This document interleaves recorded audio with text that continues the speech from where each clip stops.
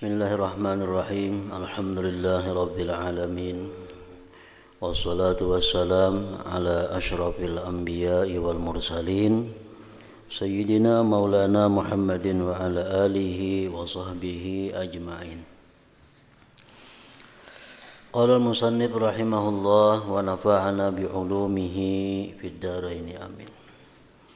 Yang ke-14, adab-adab puasa. Tidak sepatutnya kalau engkau hanya puasa pada bulan Ramadan saja.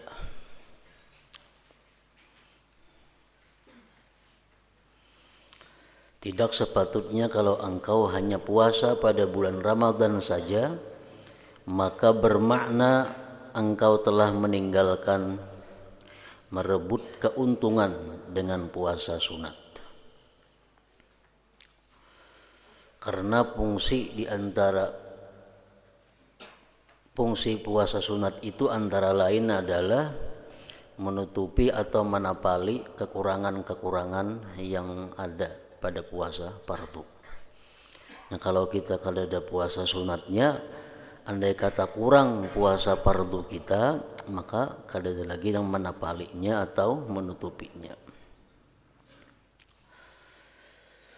Dan engkau tidak mengambil peluang untuk merebut derajat yang tinggi di dalam surga Firdaus.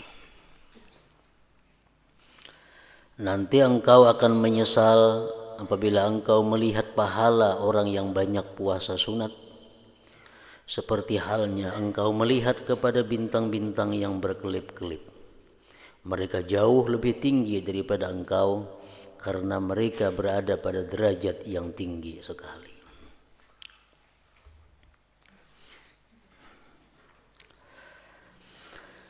Di sepanjang tahun ada hari-hari yang mempunyai kelebihan yang telah disebutkan di dalam hadis-hadis Rasulullah sallallahu alaihi wasallam dan mempunyai ganjaran yang sangat besar bagi orang yang berpuasa pada hari-hari tersebut.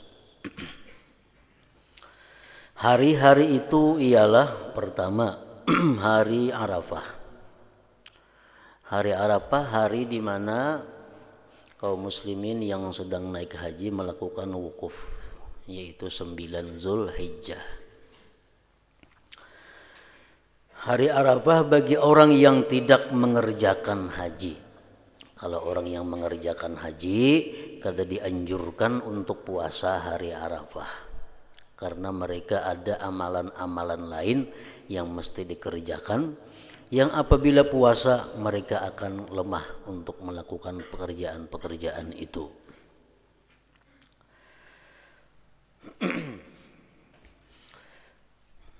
Nah, kenapa dianjurkan kita puasa hari Arafah itu? Bahkan diberi ganjaran yang besar bagi orang yang puasa pada hari Arafah. Karena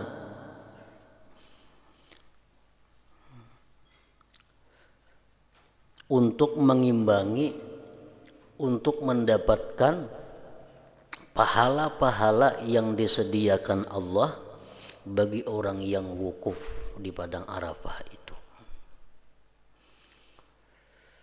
Nah, jadi Allah Subhanahu wa taala dengan maha adilnya, maha bijaksananya, tidak ada amalan-amalan yang tidak bisa dikerjakan oleh manusia.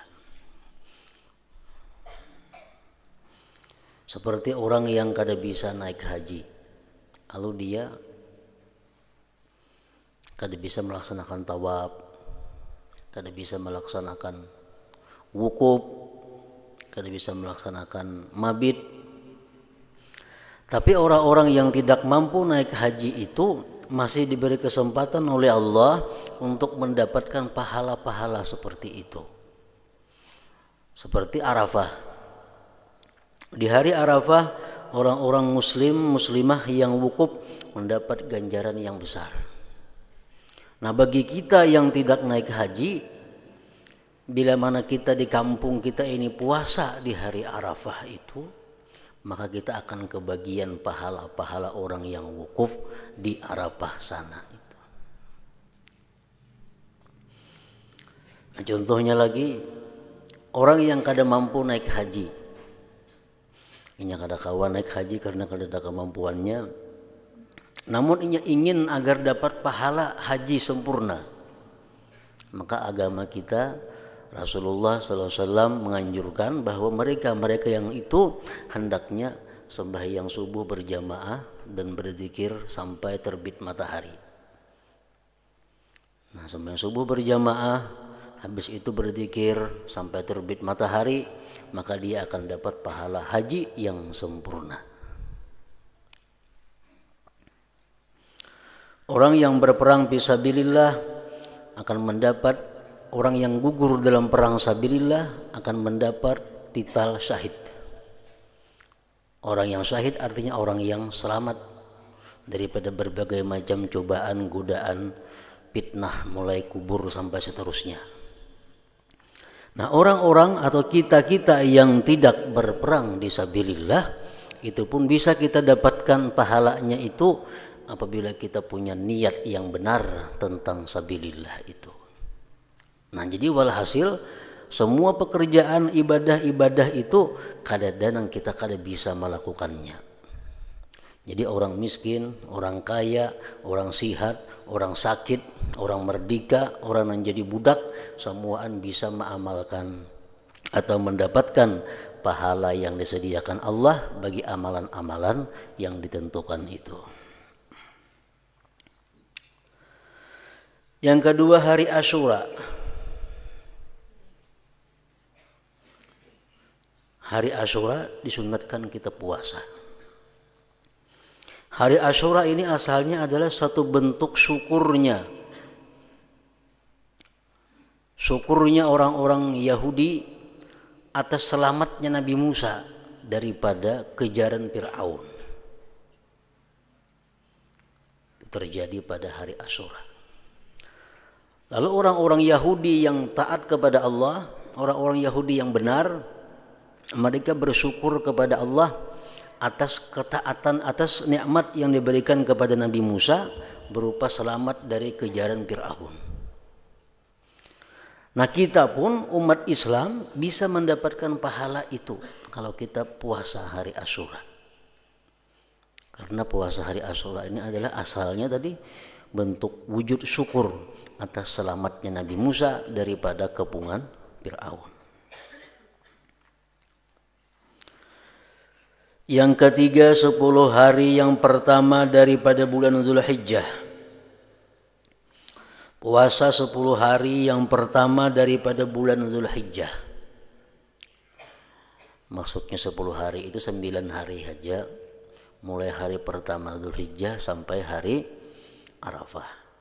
Hari raya kan hari 10 kada boleh kita puasa, haram. Nah, cuma ngarannya 10 hari yang pertama daripada bulan Zulhijjah. Nang dimaksud cuma 9 hari. Hidup sehari Dzulhijjah, hidup 2 hari Dzulhijjah, 3 hari sampai 9 Dzulhijjah. Itu orang-orang yang melakukan puasa pada hari-hari itu mendapat nilai yang sangat besar seperti dia beribadah pada malam atau Lailatul Qadar. Nah, Lailatul Qadar kita belum tentu bisa mendapatkan Lailatul Qadar. Hanya orang-orang tertentu yang dianugerahi Allah Lailatul Qadar. Tapi kalau kita hendak mendapatkan fadilah Lailatul Qadar itu bisa dengan cara puasa pada hari-hari pertama bulan Zulhijjah tadi 1 sampai 9. Yang keempat, 10 hari yang pertama daripada bulan Muharram. Nah, ini 10 bujur, 1 Muharram sampai Asyura.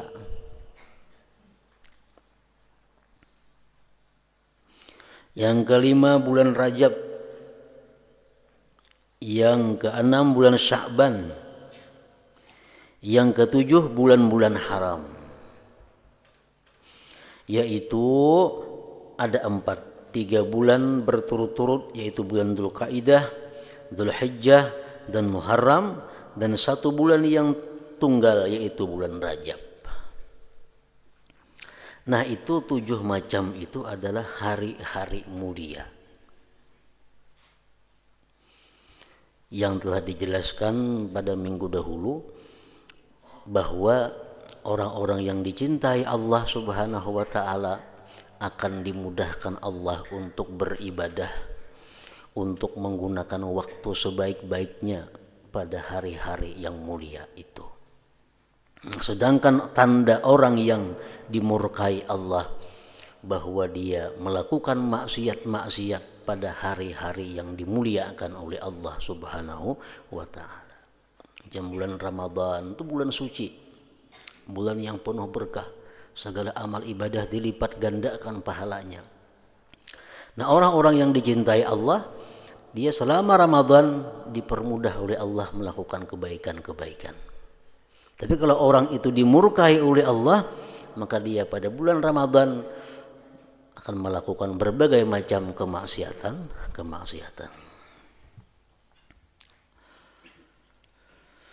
Di dalam sebulan pula ada hari-hari yang mempunyai kelebihan berpuasa, yaitu awal bulan hidup sehari, tengah bulan, akhir bulan. Yang keempat hari-hari bid,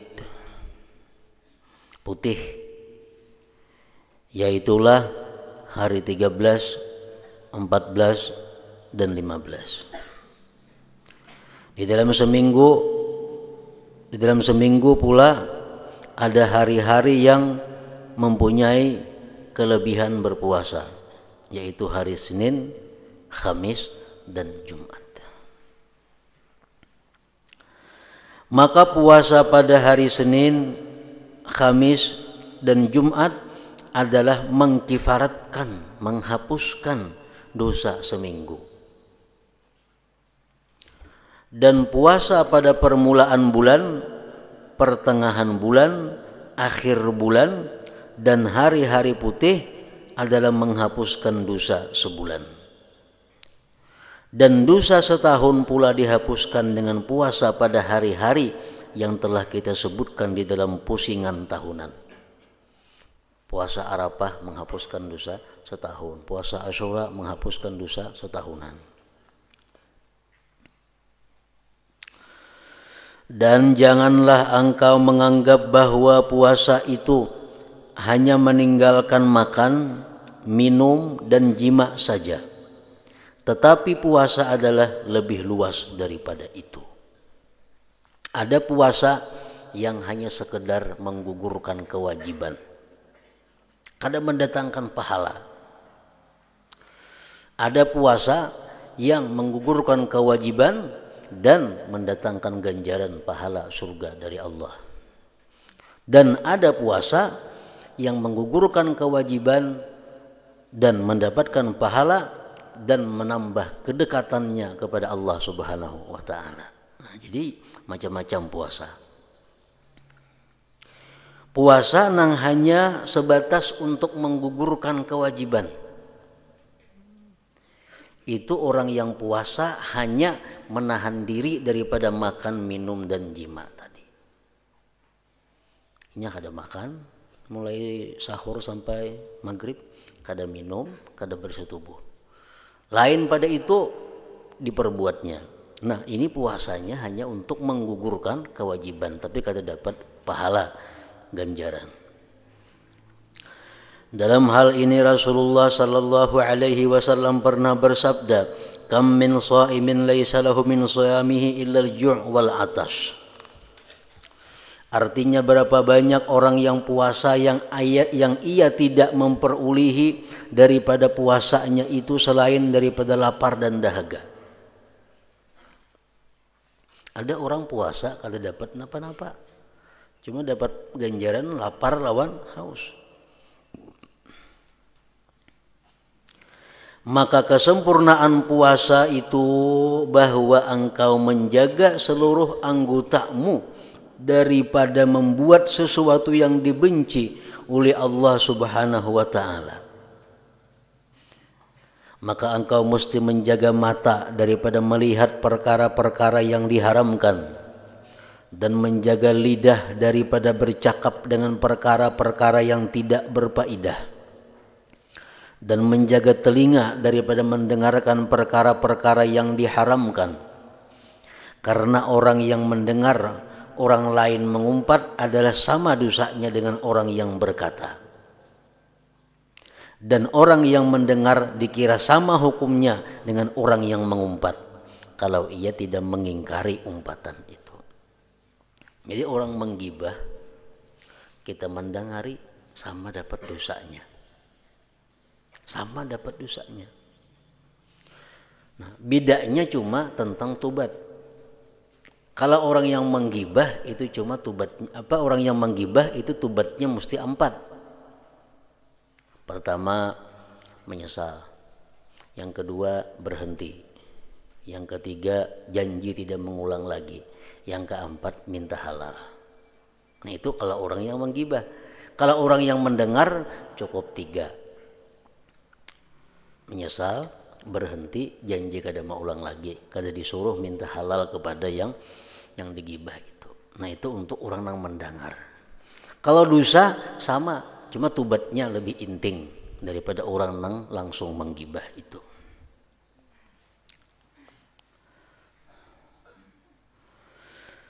Begitu pula hendaklah engkau jaga seluruh anggotamu seperti engkau menjaga perut dan kemaluanmu. Dalam hal ini Rasulullah SAW bersabda, khamsun yubtirnas shaim, al-kadhibu wal ghibatu wan namimatu wan nadharu bi syahwatin wal yaminul kadhibah. Artinya 5 perkara yang membatalkan pahala puasa. Ini menurut Imam Syafi'i. Ada menurut mazhab lain bukan hanya batal pahalanya, batal lawan puasa-puasanya, yaitu berbohong,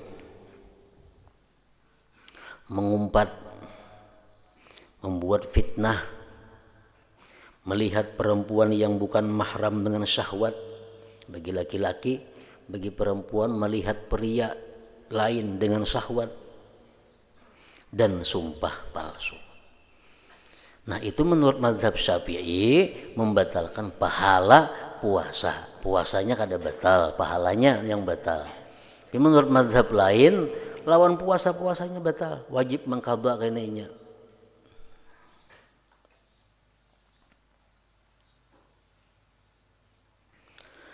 Dan sabda Rasulullah sallallahu alaihi wasallam lagi, innamas saumu junnah.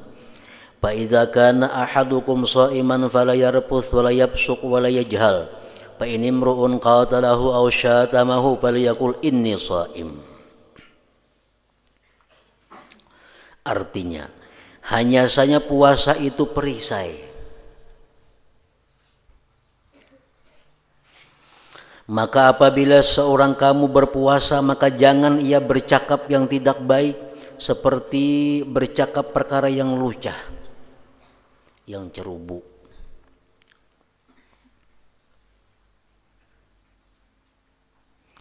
Dan jangan ia membuat maksiat, dan jangan bertindak seperti orang jahil. Jangan bakal lakukan kayak kelakuan orang jahil. Oleh karena itu, apabila ada orang lain coba memusuhinya atau memakinya, maka hendaklah ia berkata di dalam hatinya kalau ia puasa sunat, di hati dan di mulut kalau ia puasa wajib. Mengapa dikata bahwasanya aku ini berpuasa? Ada orang buai behual, ada orang buai bertengkar. Kalau kita sedang puasa sunat, ucapkan di hati kita, aku puasa. Artinya apa? Kada usah dilawani, dilayani. Kalau kita puasa wajib, ucapkan di hati dan di mulut, ana shaim, aku puasa.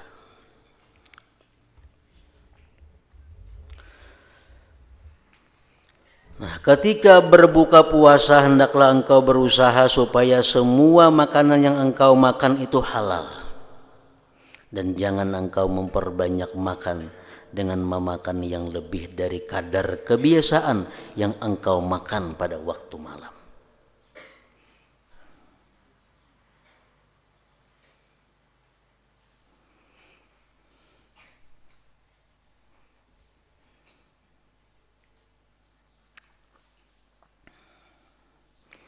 Apabila engkau menghimpunkan makanan siang kepada makanan malam untuk engkau makan sekaligus ketika berbuka puasa, maka itu hanyalah memindahkan waktu makan saja. Maka tidak ada makna bagi puasamu. Biasa makan malam tuh sepiring aja, enggak ada puasa. Bila puasa 2 piring, membalas naik batang hari pengperai makan. Nah, itu ngarannya kada puasa, memindahkan waktu makan banajan itu makan tengah hari pindah ke malam.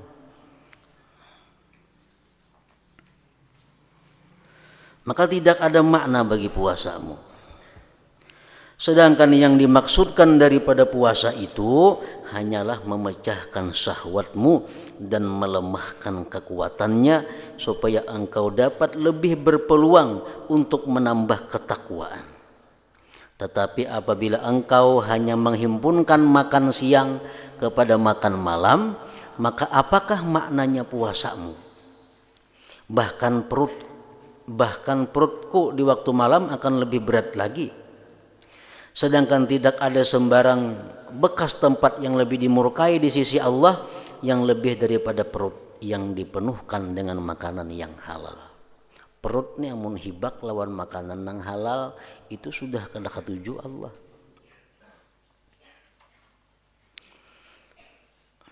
Ada perkara-perkara halal tapi dibenci oleh Allah. Pertama talak. Tapi talak nang bukan dalam keadaan tertentu.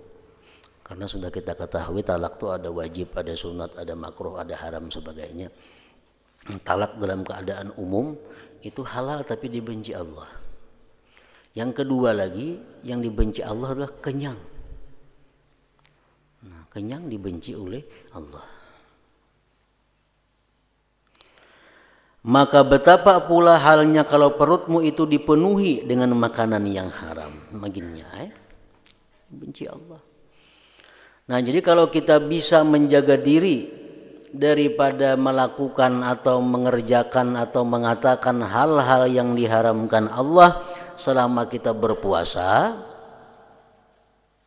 ditambah lagi buka puasanya dengan makanan yang halal, maka puasa kita itu menjadi puasa yang sah dan diterima oleh Allah Subhanahu wa ta'ala. Bukan hanya sekedar sah, tapi mendapat ganjaran daripada Allah Subhanahu wa ta'ala. Karena kan puasa itu apa tujuannya? La'allakum tattaqun. Kutiba alaikumusiyam kama kutiba alal ladzina min qablikum la'allakum tattaqun. Diwajibkan puasa itu agar bertakwa. Nah, kalau kita puasa tapi masih memandang yang haram, kalau kita puasa masih mendengari yang haram, kalau kita puasa masih berkata-kata yang haram, berarti kita ada puasa. Karena puasa itu la'allakum tattaqun, supaya kamu takwa. Nah, kita menahan lapar, menahan haus, menahan nafsu. Supaya apa? Supaya jadi orang takwa. Jadi kalau puasa tapi masih melakukan yang haram, tujuan puasa itu kada tercapai. Oleh karena itu Allah kada memberi pahala. Hanya digugurkan kewajiban, kayak itu aja. Ganjarannya kada ada. Nah, jadi puasa banyak berguna, berfungsi untuk mengobati berbagai macam penyakit, terutama penyakit yang berkaitan dengan rohani. Orang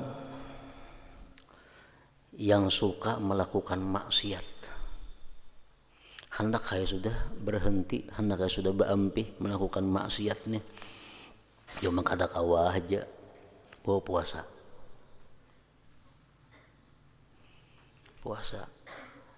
Puasanya kayak apa?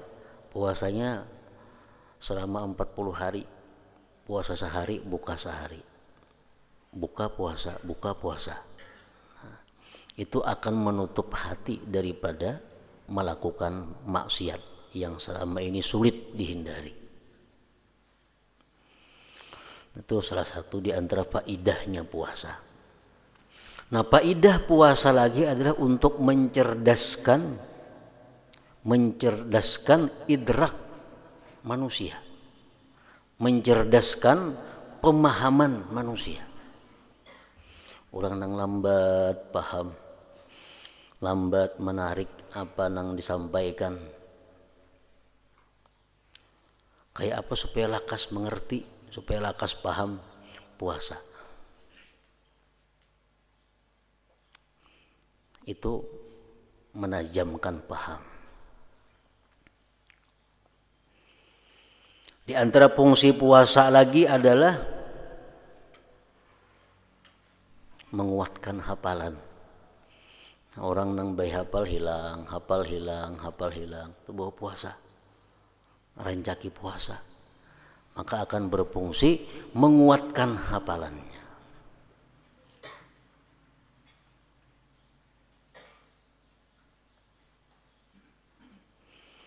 Nah, dan lagi fungsi puasa itu ada lagi bahaul wajhi.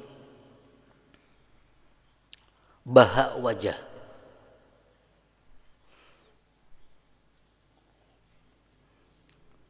Orang nang pina muram, orang nang pina muhanya kada nyaman dilihat, orang nang muhanya pina gelap daripada cahaya, itu bawa puasa. Bawa puasa akan menimbulkan bahaul wajah.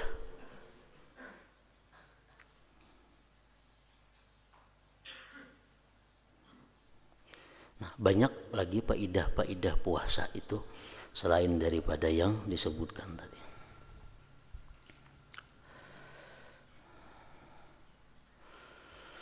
Apabila engkau sudah paham makna puasa ini, maka perbanyaklah ulihmu daripadanya mengikut kemampuanmu. Karena puasa itu adalah asas, pondasi yang memudahkan segala ibadah yang lain dan anak kunci kepada segala ketaatan. Orang yang mempunyai keinginan, orang yang mempunyai syahwat yang tinggi, tapi kada kawa, hendak bebini cuma kada kemampuan, hendak balaki cuma kada denang melamar, bawa puasa. Itu perintah Nabi, fa innahu wija, itu obat yang paling ampuh.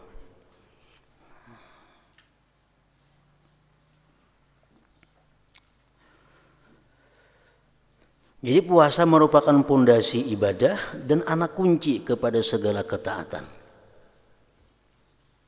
Oleh karena itu Rasulullah sallallahu alaihi wasallam bersabda, qala Allah Ta'ala, kullu hasanatin bi asyri amsalha ila 700 dha'fin illa shaum fa innahu li wa ana ajzi bihi.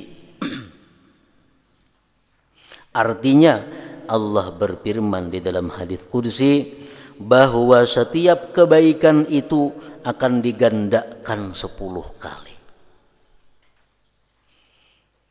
Ini daripada rahmat Allah, kasih sayang Allah kepada manusia. Itu pun masih banyak penghuni neraka. Padahal kalau kita berbuat kebaikan 10 gandanya, berbuat dosa cuma 1, ya tuh masih banyak neraka isinya pada surga.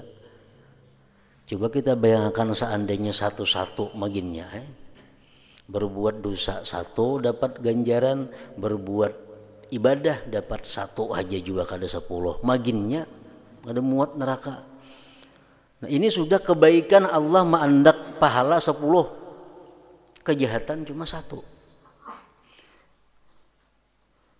Setiap kebaikan itu akan digandakan 10 kali sehingga sampai 700 kali ganda.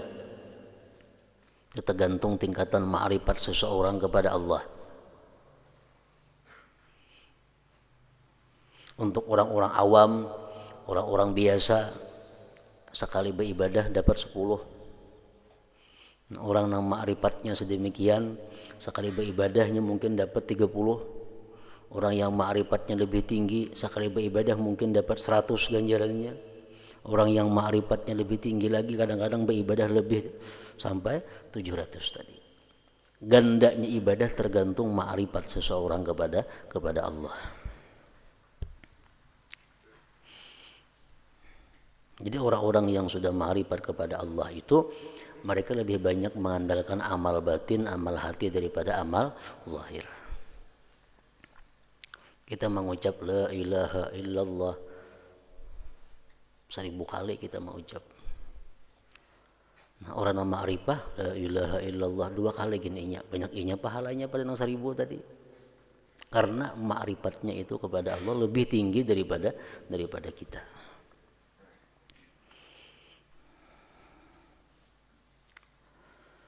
Mengikuti keikhlasan dan keindahan amalan tersebut. Maksudnya adalah mengikuti ma'rifatnya. Kecuali puasa, maka puasa itu untukku, jar Tuhan. Dan akulah yang akan langsung membalasnya dengan balasan yang sangat banyak sehingga tidak terbilang banyaknya. Kalau orang puasa, sehari puasa. Tapi puasanya sempurna.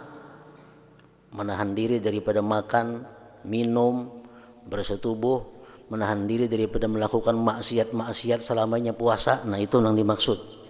Itu balasannya kadang-kala terhingga. Hanya Allah yang bisa menghitung. Dengan balasan yang sangat banyak sehingga tidak terbilang banyaknya.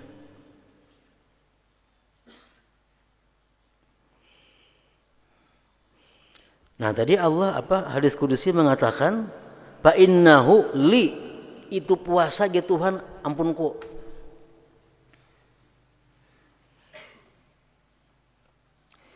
Nah, oleh karena puasa itu Allah mengatakan li ampunku, maka pahala puasa itu, ujar Imam Sufyan bin Uyainah mengatakan puasa itu kada bisa diganggu gugat oleh orang lain di akhirat kaina waktu kita membayar hutang kejahatan.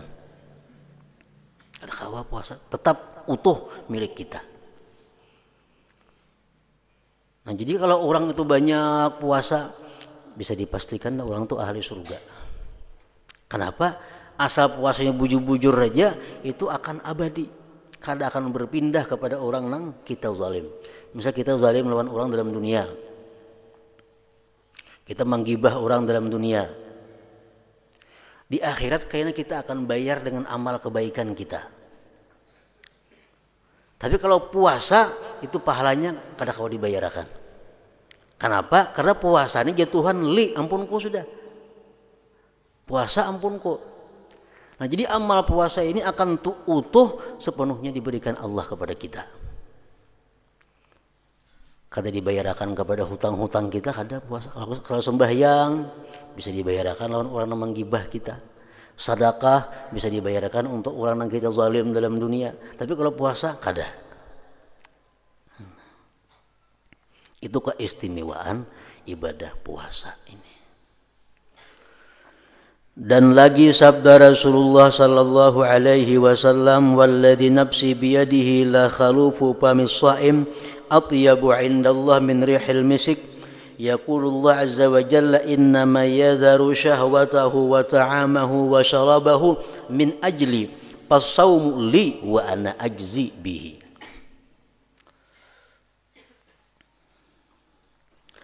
Artinya, demi Allah yang diriku di bawah kekuasaannya, sesungguhnya bau mulut orang yang puasa itu adalah lebih harum di sisi Allah daripada bau minyak kasturi. Makanya bau mulut itu jangan dihilangkan. Dibenci orang puasa itu bersiwak sesudah tengah hari. Kenapa? Karena siwak itu akan menghilangkan bau mulut orang puasa. Allah berfirman, hambaku rela meninggalkan syahwatnya, makanannya dan minumannya karena semata-mata mencari keridhaanku. Kita ini puasa, kita puasa. Di rumah saya ikut-ikut kada ada orang. Kita seorangan di rumah. Hari panas, es ada. Nasi ada, iwak ada, buah ada. Tapi kita kada hendak makan. Menggetuknya kita kada hendak. Kenapa? Karena kita puasa.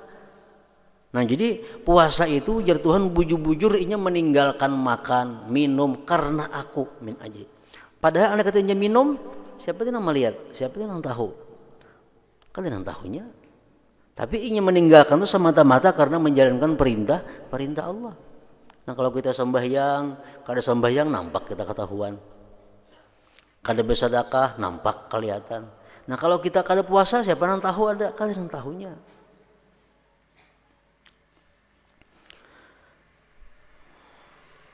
Allah berfirman, hambaku rela meninggalkan syahwatnya, makanannya dan minumannya karena semata-mata mencari keridhaanku. Maka puasanya adalah untukku ya Tuhan, dan akulah yang akan terus membalasnya.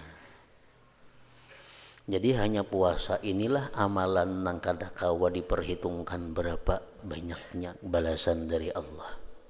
Puasa dan sabar. Sabar sama. Orang sabar diberikan Allah ganjaran bighairi hisab, dengan tiada perhitungan. Nah, karena puasa itu lawan sabar itu beda bandingnya.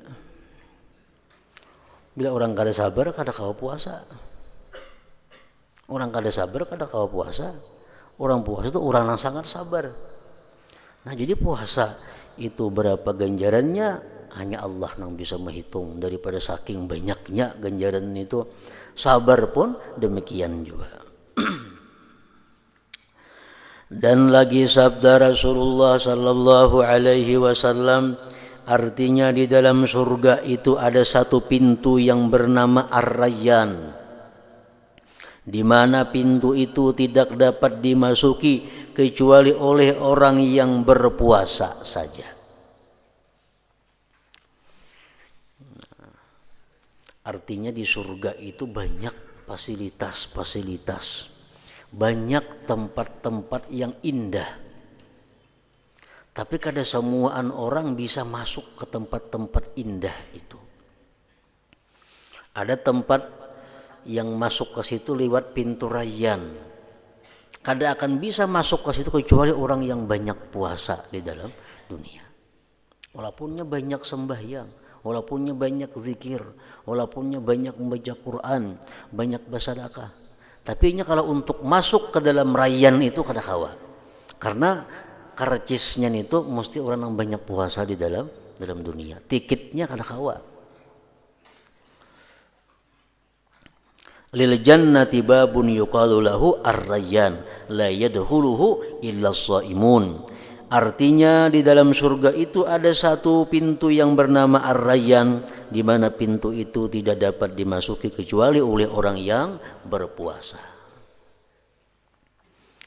Nah, maka cukuplah bagimu, hai talib, hai penuntut ilmu, sampai di sini huraian bermacam-macam jenis ketaatan yang merupakan panduan bagi permulaan engkau menjalani akan jalan hidayah. Kenapa sih di sini kada membuat zakat? Karena zakat itu tertentu, kada semuaan zakat hanya wajib lawan orang-orang tertentu, orang yang mampu. Haji pun kada dibuat sidin juga di sini, karena haji itu setahun sekali, lawan bagi orang yang kawanya itulah ke sana. Sidin hanya membuat di sini ibadah-ibadah yang dilakukan oleh semua orang. Dan apabila engkau berhajat kepada keterangan tentang cara mengeluarkan zakat dan mengerjakan haji, atau engkau berhajat kepada keterangan yang lebih luas lagi berkenaan dengan sembahyang, puasa dan lain-lainnya, maka hendaklah engkau rujuk, hendaklah engkau kembali kepada apa yang telah kami sebutkan di dalam kitab Ihya Ulumuddin. Nah, lebih lengkapnya di situ. Kalau ini kitab Bidayatul Hidayah, jalan pertama mendapatkan petunjuk Allah Subhanahu wa ta'ala. Bidayatul Hidayah, permulaan hidayah. Jadi secara beringkas dulu. Nah, bagian pertama tentang ibadah atau amalan-amalan zahir. Bagian kedua ini adalah cara-cara meninggalkan maksiat.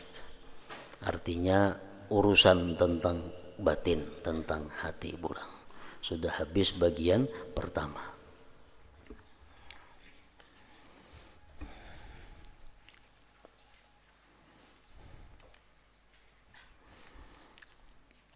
إلى حضرة النبي صلى الله عليه وسلم وصحبه الكرام الفاتحة. بسم الله الرحمن الرحيم. إياك نعبد وإياك نستعين اهدنا الصراط المستقيم. بسم الله الرحمن الرحيم. الحمد لله رب العالمين. اللهم صل وسلم على سيدنا وحبيبنا محمد وآله وصحبه أجمعين. اللهم اغفر لنا ما أخطأنا وما تعمدنا وما أسررنا وما أعلنا وما أسرفنا وما أنت أعلم به منا. أنت المقدم وأنت المؤخر لا إله إلا أنت. اللهم انفعنا بما علمتنا وعلمنا ما ينفعنا وزدنا فهما وعلما وعملا وهدى وتوفيقا برحمتك يا أرحم الراحمين. صلى الله على سيدنا محمد وعلى آله وصحبه وسلم.